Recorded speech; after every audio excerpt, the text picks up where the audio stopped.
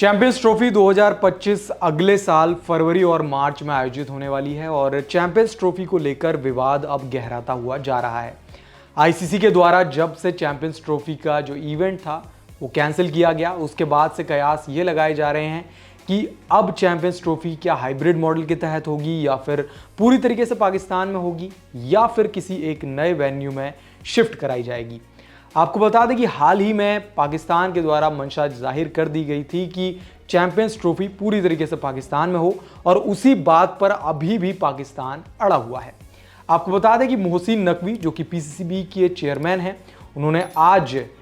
स्टेडियमों के बारे में जानकारी देने के लिए प्रेस कॉन्फ्रेंस की थी। हालांकि उन्होंने स्टेडियम के बारे में तो जानकारी दी और उसके साथ ही उन्होंने कहा कि मैं स्टेडियम के बारे में तो आपको बताना ही चाहता था, लेकिन इसके साथ ही जो आईसीसी के द्वारा बताया गया है बीसीसीआई की बात, उस पर भी उन्होंने कहा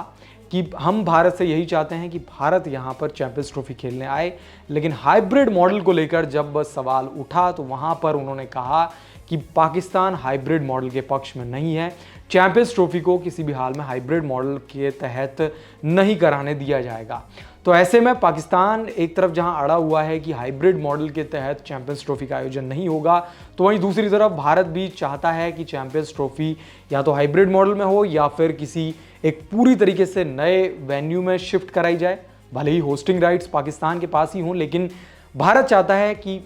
पाकिस्तान में भारतीय टीम नहीं जाएगी, क्योंकि भारत के कुछ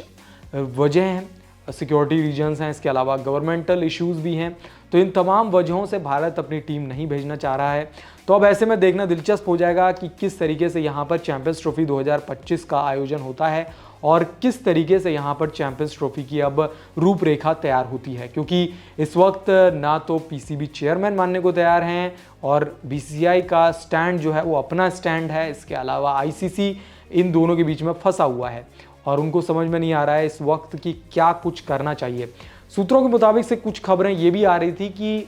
आईसीसी 27 नवंबर को